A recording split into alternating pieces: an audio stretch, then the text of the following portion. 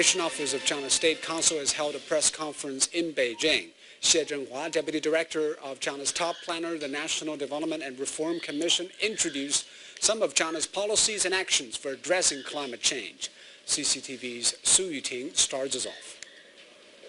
China's top planner has issued an annual report on the policies and actions that were taken to address climate change in 2014. Xie Zhenhua said that China has contributed to the global efforts to address climate change. The carbon trading activities in 7 provinces and cities include the trade of 13.75 million tons of carbon dioxide by the end of October this year, with a total volume of 500 million yuan. On October the 19th, we issued a national plan on climate change for 2014 to 2020. This has enhanced China's top-level design for climate change efforts.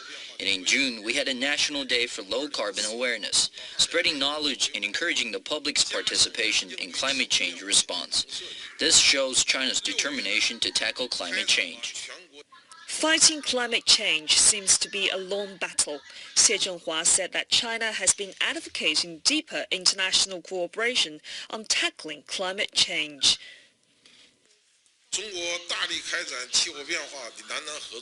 China has been making great efforts to promote South-South cooperation on climate change. Since 2011, China has allocated 270 million yuan to help developing countries to enhance their climate change response. This year, China and the U.S. announced a joint statement on climate change, both declaring goals for post-2020 action on climate change. The two sides have also identified collaborative projects in reducing carbon, environmental protection, and clean energy. The annual United Nations Climate Change Conference will be held in Lima, the capital of Peru, in December. It will be crucial in deciding what kind of agreement can be achieved by the international community.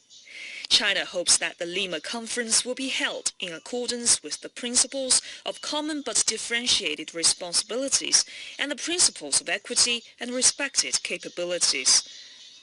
In Hong Kong's Mong Kok district, finally removed as bailiffs and legal representatives from a local bus company start to enforce a court injunction to remove the obstacles on Tuesday morning.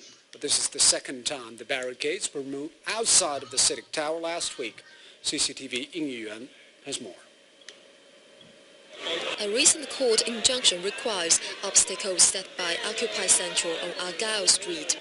Less than 100-meter-long road in Hong Kong must be removed. The bailiff announced that the injunction will be enforced 30 minutes later.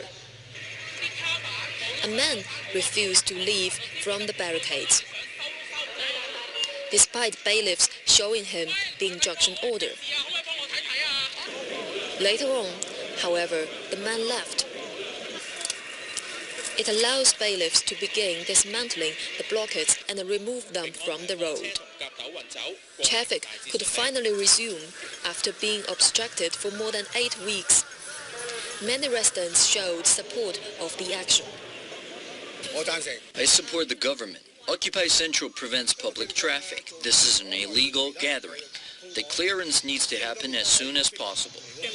There was no car or bus. We can only take the subway. We can't even take anything heavy. It's very inconvenient. The protest prevents us from going to work. The commutes are getting much longer. I have to walk a long time to catch the bus. It's also more expensive for me to go to work. The long-lasting sit-ins have made many protesters feel directionless. The number of protesters are also dwindling. What is your next move? Maybe. We don't know yet because we are waiting for their action. The site is fully packed with protesters, clearing supporters, and bailiffs. Thousands of police officers are also in place to assist the action. Mong Kok is a densely populated area. It's also the roadest area among the 3 protest sites. So far, the clearance is progressing slowly, but in order. After the clearance in Argyle Street is finished, the next clearance will be undertaken in Nathan Road in Mong Kok on Wednesday. Ying Yuan, CCTV, Hong Kong.